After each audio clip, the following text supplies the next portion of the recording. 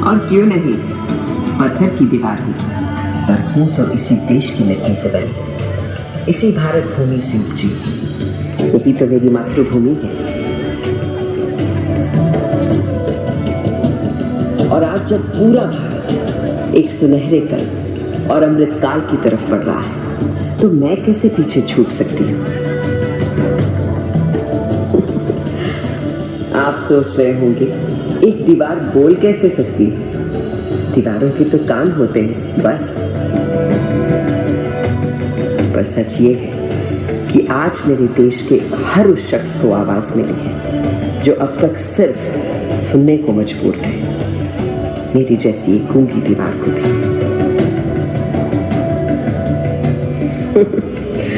ऐसा नहीं कि सुनहरा समय मेरी मातृभूमि ने पहली बार देखा। मेरा भारत तो हमेशा से सोने की चिड़िया कहलाता था और एक के बाद एक कई स्वर्णिम काल देखता रहा है। अब मेरी जन्म कुंडली ही देख लीजिए।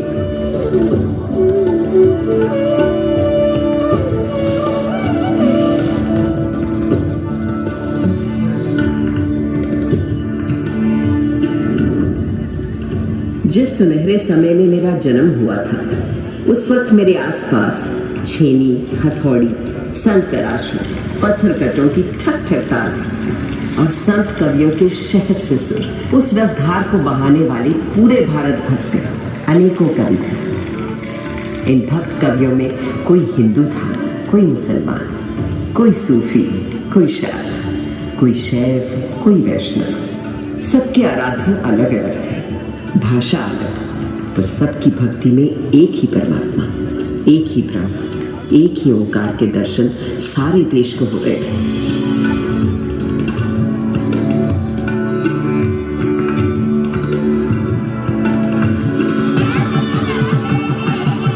यही तो दिखता है हमारे देश के त्योहारों में, जब एक ही दिन, एक ही मुहूर्त, जैसे मकर संक्रांति पर खिलाते हैं अलग अलग उत्सव रंग।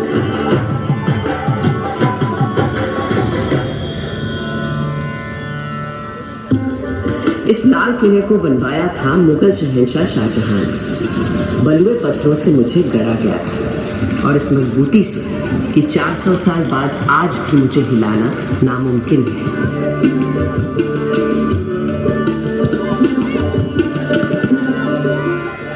बिल्कुल उसी तरह जैसे है मेरे देश के विचार, सिद्धांत, उसूल। असल में भारत सिर्फ एक देश नहीं है, भारत नाम है एक सोच का। मुझे बनाने वाले मुगल तो हिंदुस्तान में मेहमान बनकर आए थे, पर फिर यहीं के होकर रह गए। भारत ने तो हमेशा हर विश्वास, हर विचार के लोगों को अपना समझकर अपनाया है और कहा है अतिथि देवो भव। मगर उससे भी बहुत पहले भारत ने कई स्वर्णिम युग देखे थे, जैसे था हमारे देश का वैदिक युग। सरित सरस्वती नदी के तीर बैठे जब ऋषि मुनि गंभीर, समिधा अग्नि आहुति और यज्ञ तपस्या कर हुए सब प्रज्ञ। रचने लगे वो वेद पुराण, ऋग अथर्व यजुर और साम। शोध किए सब जीवन तत्व, खोज निकला प्रकृति का सत्व। जीवात्मा परमात्मा है एक, माया भ्रम से लगे अनेक। आत्मा अजर अमर अछेद, अनादि अनंत अखंड अभेद। वेदों को रचने वाले इन ऋषियों ने दुनिया को जीवात्मा, आत्मा, परमात्मा की जिस एक की बात हमें सिखाई थी, उसी को श्री कृष्ण ने धर्म क्षेत्र कुरुक्षेत्र की युद्ध भूमि में अर्जुन को सुनाया था। वासांसि जीर्णानि यथा, जैसे पुराने कपड़ों को उतारकर मनुष्य नए कपड़े पहन लेता है, उसी प्रकार आत्मा भी पुराने शरीर को त्याग कर नया शरीर धारण करती है। इस आत्मा को ना तो शस्त्र काट सकता है और ना आग इसे जला सकती है, न इसे पानी भिगा सकता है और ना ही हवा उसे सुखा सकती है। तब से आज तक आत्मा की संस्कृति ही भारतीय संस्कृति की आत्मा है। और ओम की ध्वनि उस परम ब्रह्म का स्वरूप।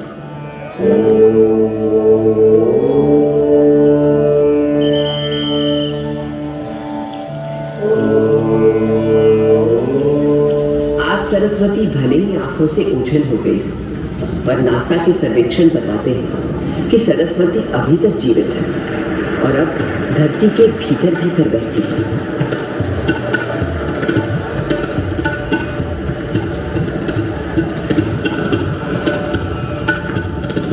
मगर मेरे देश की शुरुआत तो उस वैदिक युग से भी पहले की है।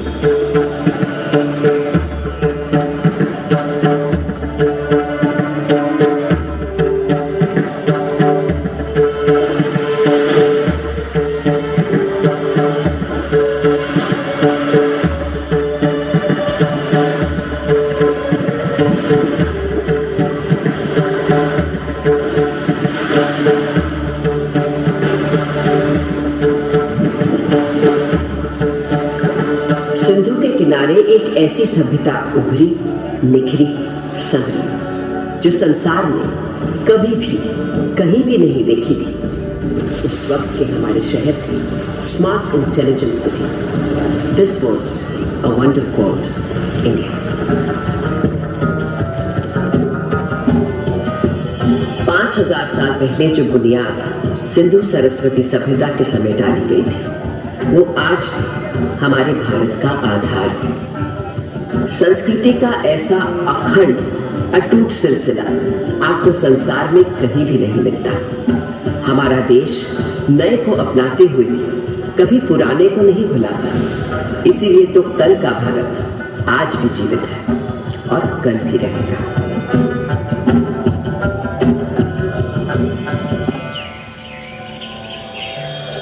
एक और बड़ी विशेषता है मेरे भारत की, सत्य की खोज। भारत नाम का अर्थ ही है भा, यानी प्रकाश, और उसकी खोज में लगा हुआ व्यक्ति। प्रकाश यानी सत्य की खोज में केवल योगी, मुनि, ऋषि ही नहीं, सुख सुविधा में पले बढ़े राजा राजकुमार भी किसी से कम नहीं रहे।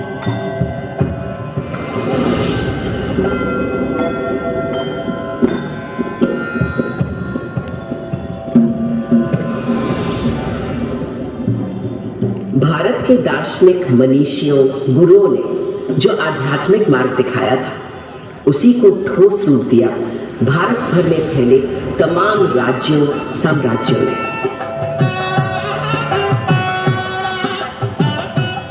दूसरी तरफ थे हमारे अभूतपूर्व वैज्ञानिक, गणितज्ञ, खगोल शास्त्री और वैद्य। हजारों बरस पहले पृथ्वी की परिधि की सही नाप, मंगल और चंद्र तक का फासला और धरती से सूर्य की बराबर दूरी, सब बिना किसी दूरबीन या उपग्रह का सहारा लिए, केवल अपनी गणित, बीजगणित, ज्यामिति और खगोल ज्ञान से। ये उन्हीं पुरातन खगोल शास्त्रियों से मिले संस्कार कि आज भारत अंतरिक्ष अन्वेषण में एक अग्रणी देश है।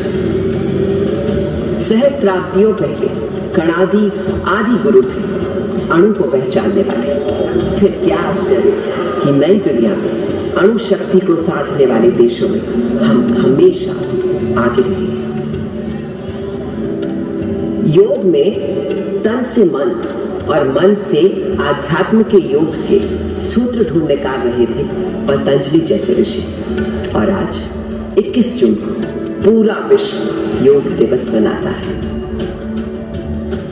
वहीं विद्वान वैद्य मानव शरीर के छुपे हुए राज और हर बीमारी का इलाज खोज रहे थे। सर्जरी की भी शुरुआत इन वैद्यों ने कर डाली थी और कटे अंगों को जोड़ने के लिए प्लास्टिक सर्जरी की भी।